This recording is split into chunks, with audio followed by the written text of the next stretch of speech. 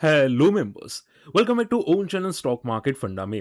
अब देखो हम लोग यहाँ पे बिग बुल सीरीज कंटिन्यू कर रहे हैं। काफी लोगों की रिक्वेस्ट आई थी सर कंटिन्यू करो। मैं संडे वीडियो नहीं रख पाया था बिग बुल का, बट यहाँ पे रख रहा हूँ। और ध्यान से देखो, ये कोई रिकमेंडेशन नहीं है। मैं आपको कंपनीज ऐसी बताने वाला हूँ जहां पे FIDI एंटर करते हुए दिखाई दिए, जहां पे कंपनी ने खुद बोला है कि भाई हमारा बहुत तगड़ा एक्सपांशन होने वाला है, केपेक्स होने वाला है। ठीक है, और चार्ट्स बहुत स्ट्रॉन्ग दिखते हैं, तो ऐसी कंपनी हम लोग यहाँ पे डिस्कस करने वाले हैं। ठीक है, पर देखो एटलीस्ट आपका मुझे सपोर्ट चाहिए। पहले जैसे कि बताया था 200 लाइक्स कर देना एटलीस्ट। आप ऐसा हो तो अपने दूसरे अकाउंट से भी लाइक कर देना, बट लाइक कर देना एटलीस्ट। ठीक है, और लाइक करने के बाद अगर हाइप का बटन आता है, ठीक है, जिनको भी हाइप का बटन आता है लाइक के बाजू में आएगा, वो भी कर देना। और कमेंट एटलीस्ट 50 कर देना। ठीक है, प्लीज रिक्वेस्ट है, अगर आपको ये सीरीज कंटिन्यू चाहिए कर देना। एंड अगर आप फ्री टेलीग्राम चैनल में नहीं है, जाके ज्वाइन कर लेना। सर्च करना माई स्टॉक मार्केट फंडा। यहां पे इंपॉर्टेंट इंफॉर्मेशन न्यूज आपके लिए लाते हैं जो आपको काम आएगी। आई बात समझ में? चलिए फटाफट स्टार्ट करें। ओके, सबसे पहली बात करते हैं सर ये सीरीज है क्या। ठीक है, और ये सीरीज का इंपॉर्टेंस क्या है। देखो समझो बात को। हम लोग ऐसे स्टॉक डिस्कस करते हैं मार्केट के अंदर जहां पे FI एंटर करते हैं, जहां पे DI कभी कभी एंटर करते हैं, जहां पे ये जो कोविड सिचुएशन आ जाती है या फिर वार सिचुएशन आ जाती है, बट कंपनीज के फंडामेंटल इतने स्ट्रांग होते हैं कि अगर इंडिया ग्रो करेगा तो कंपनी भी ग्रो करती है। ठीक है, कंपनी बहुत टर्न अराउंड करती है, तो ऐसी कंपनी हम लोग डिस्कस करते हैं जहां पे चार्ट्स अगर आप देखोगे, मंथली चार्ट कैसा निफ्टी का आपको हायर हाई बना रहा है। ऐसे फंडामेंटल स्ट्रॉन्ग चार्ट्स हम लोग यहां पे डिस्कस करते हैं। आई बात समझ में? जिसमें बिग बुल पैटर्न बनती हो, चाहे वो डेली चार्ट में हो या मंथली चार्ट। और बिग बुल पैटर्न किसको बोलते हैं? जो 20 डे वहां पे सपोर्ट लेने की कोशिश करे। आप देख रहे हैं यहाँ पे मार्केट जब भी नीचे आता है सपोर्ट लेता है, ऊपर जाता है नीचे आता है सपोर्ट लेता है, ऊपर जाता है नीचे आता है सपोर्ट लेता है। ऐसी पैटर्न स्टॉक्स में भी दिखती है अगर आप चेक करते हैं तो। ठीक है, चलिए तो हम लोग यहां पे डिस्कस करते हैं। सबसे पहली बात करते हैं FI की एंट्री। देखो यहां पे रिसेंटली FI ने पिछले 2 क्वार्टर्स के अंदर बहुत तगड़ी एंट्री की है कुछ कंपनीज में, जिसमें से एक कंपनीज ये भी है जहां पे अगर आप देखोगे मार्च मंथ के अंदर क्वार्टरली 6.5% का स्टेक था पहले, जो अभी 9.5% का स्टेक हो चुका है। सोचो FI इंडिया से लगातार जा रहे हैं। ठीक है, बट ये कंपनी के अंदर FI एंटर कर रहे हैं कि ठीक है, कितना बड़ा स्टेक लिया सोचो एक बार के लिए, कि बहुत बड़ा स्टेक है। अब अगर कंपनी की बात करनी जाए तो कंपनी डेट फ्री है। देखो कंपनी ने डेट बहुत तगड़ा रिड्यूस कर दिया और ऑलमोस्ट डेट फ्री हो चुकी है। 5 साल का कंपनी का ग्रोथ है, प्रॉफिट ग्रोथ है 33% का। कितना? 33%।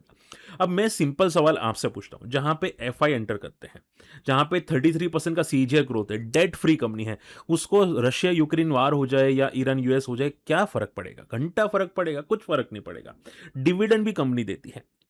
ठीक है, तो ये फंडामेंटली स्ट्रांग है। प्लस अगर आप देखोगे कंपनी क्या सेक्टर में है, तो अगर हम लोग बात करें तो कंपनी मैन्युफैक्चरिंग करती है B2B कंपनी के रिलेटेड। ठीक है, लाइक कि भाई एयर कंप्रेसर बनाती है, कंप्रेसर रिलेटेड जितने भी चीजें हैं वो कंपनी बनाती है।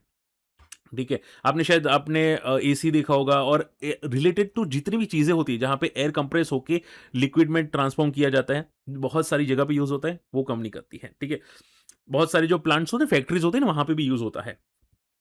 इसके अलावा कंपनी गियर बॉक्स बनाती है। आपने शायद अपने रेलवे में देखा होगा गियर बॉक्स। ठीक है, तो बहुत सारी जगह पे यहाँ पे कंपनी गियर बॉक्स बनाती है, इंडस्ट्रियल गियर्स बनाती है, ड्राइव सिस्टम बनाती है।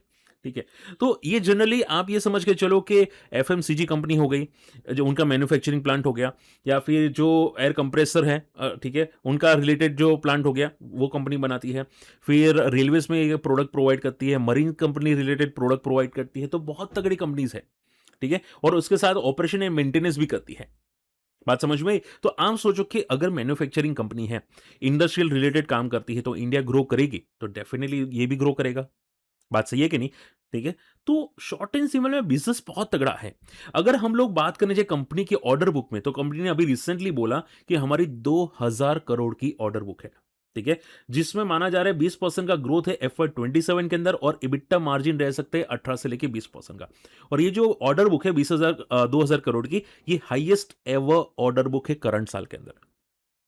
ठीक है, तो ये सभी फैक्टर्स है। इसके अलावा बड़े प्लेयर्स क्या बोल रहे हैं, चलो मान लो ये सब बातें गलत हो गई, बड़े प्लेयर्स क्या बोल रहे हैं, तो यहां पे लिखा गया वन एनालिस्ट, यानी कोई बड़ा प्लेयर है जो रजिस्टर्ड होता है, वो बोल रहा है कि भाई यहाँ पे इसका जो ग्रोथ था पहले, यहाँ पे देखो 25-26 के अंदर है, वो ग्रोथ आगे जाके काफी अच्छा बढ़ सकता है। ये कंपनी ने खुद के स्टेटमेंट भी थे और बड़े प्लेयर भी बोल रहे हैं, यानी कि कुछ ना कुछ तो होगा। और FI ने एंट्री भी की, जैसे कि मैंने आपको बताया, तो ये सब पागल तो है नहीं। आई बात समझ में? ये सब पागल तो है नहीं। और अगर आप देखोगे तो इसमें वेंकट ग्रुप ने स्टेक ऐड किया है, ब्लैक रॉक भी है, एबिस्कस इन्वेस्टमेंट बड़े प्लेयर्स भी है। ठीक है, तो ये क्लियर बता रहा है कि फंडामेंटल्स, टेक्निकल्स सब स्ट्रांग है। क्लियर? अब कौन सी कंपनी, में ज्यादा टाइम नहीं लूंगा, दो कंपनी हम लोग डिस्कस करने वाले। पहली कंपनी का नाम आ चुका है, यस, किर्लोस्कर फ्यूमेटिक। ठीक है, इंडस्ट्रियल मशीनरी किर्लोस्कर फ्यूमेटिक। ये बिग बुल सीरीज का पहले भी बनाया था, इसका बहुत पहले अराउंड 2024 के आसपास, जब ये यहां पे रेंज ब्रेक हुई थी तब मैंने डिस्कस किया था। अगर आप देखोगे ये मंथली चार्ट पे 20 डेमा को सपोर्ट लेने की कोशिश करा है। अभी कहां पे मुझे बता सकते हैं? ठीक है, और वापस बोलूंगा ये कोई रिकमेंडेशन नहीं है। हम लोग देखो मार्केट में कचरा कंपनी बहुत है, लाइक राजेश पावर, जैसे राजेश हम लोगों ने देखा था, राजेश एक्सपोर्ट। ठीक है, तो हम लोग हमेशा फंडामेंटली स्ट्रांग कंपनी फोकस करते हैं। अब ये सब रिटेल फोकस नहीं कर पाते कि भाई फंडामेंटल कंपनी कौन सी है, कंपनी ने क्या स्टेटमेंट बोला, कौन सा एक्सपेंशन कर रहा है, ये आपको नहीं पता होता ना।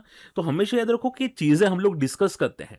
ठीक है, स्टडी करते हैं, बहुत सारी जगह पे स्टडी करते हैं। ठीक है, तो ये कंपनी का चार्ट है। अब कंपनी का चार्ट क्या बोल रहा है, यहां पे तो इसने 1000 पे सपोर्ट ले लिया है। अगर ये 1800 को ब्रेक करता है, जो इसका बहुत बड़ा रेजिस्टेंस है, तो ये जितनी बड़ी रेंज होगी उतना बड़ा लेवल रेजिस्टेंस नेक्स्ट आएगा। ठीक है, तो इसने काफी टाइम स्पेंड किया यहां पे 2024 से लेकर 26 का। अगर ये रेंज ब्रेक होती है तो बहुत बड़ी पॉजिटिव बात हो सकती है। ठीक है, इसके अलावा यहां पे इनकी वेबसाइट भी आप जाके क्रॉस चेक कर सकते हैं। देखो यहां पे आप देख सकते हैं, process gas, transmission gas, forcing and fabrications, industrial related काम करती है कंपनी। आप यहां पे देख सकते हैं, सी ये इनकी वेबसाइट्स है। ठीक है, air compressor, air condition, refrigeration, transmission, fabrication, forecasting, process gas, ये कंपनी का पूरा काम है।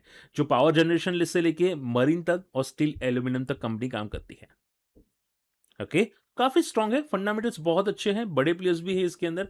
तो हमेशा कंपनी को, अच्छी क्वालिटी कंपनी को स्टडी करो। और अगर इसमें बात करने जाओ यहाँ पे, तो 45 का पी है। और रिसेंटली इसने रिजल्ट्स जो प्रोवाइड किए थे उसमें सबसे हाईएस्ट एवर प्रॉफिट था, ऑपरेटिंग प्रॉफिट बोले या नेट प्रॉफिट बोले। ठीक है, इसके अलावा कंपनी आप देखोगे डेट ऑलमोस्ट जीरो है।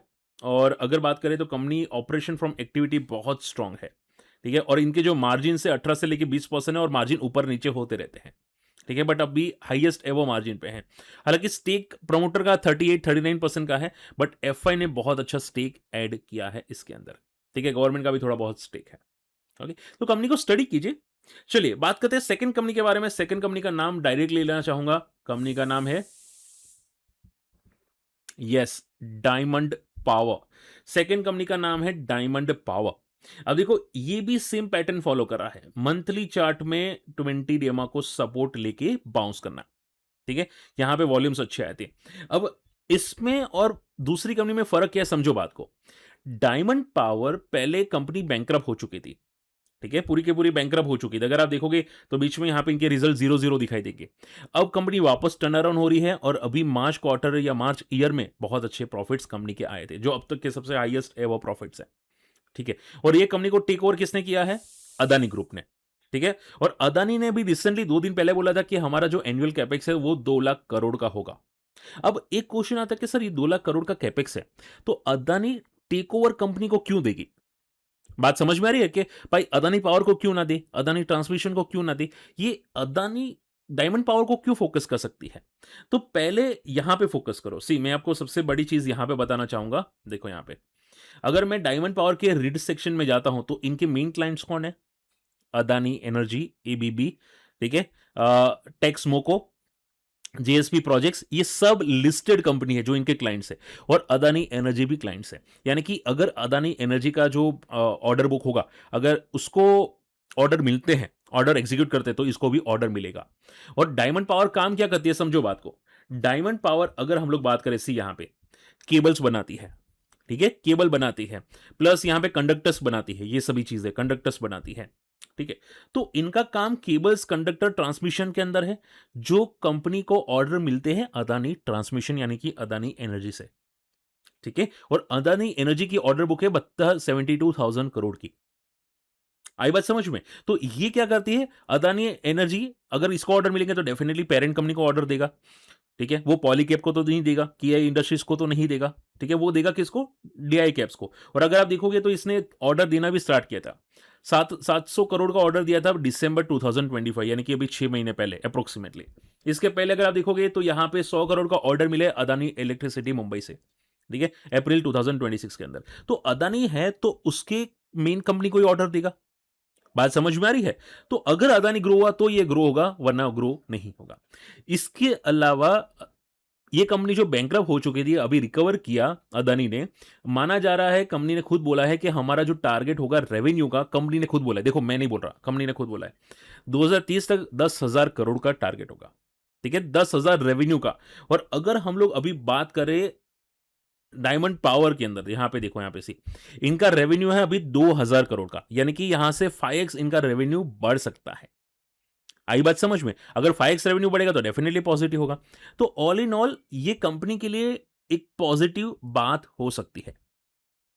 ठीक है, बात समझ में आ रही है? तो इसकी वजह से डायमंड पावर बहुत ही फंडामेंटली स्ट्रांग कह सकते हैं। हालांकि इसमें प्रॉब्लम यह है एक, जो आपको फोकस करना चाहिए, कि इनका रिजर्व्स नेगेटिव है। अभी रिसेंटली टेक ओवर हुआ है, तो हो सकता है ये रीजन हो, रिजर्व्स नेगेटिव है। तो हम लोग स्टडी करेंगे इनके रिजर्व्स को आगे जाके, कि रिजर्व्स कम होते अच्छे होते कि नहीं।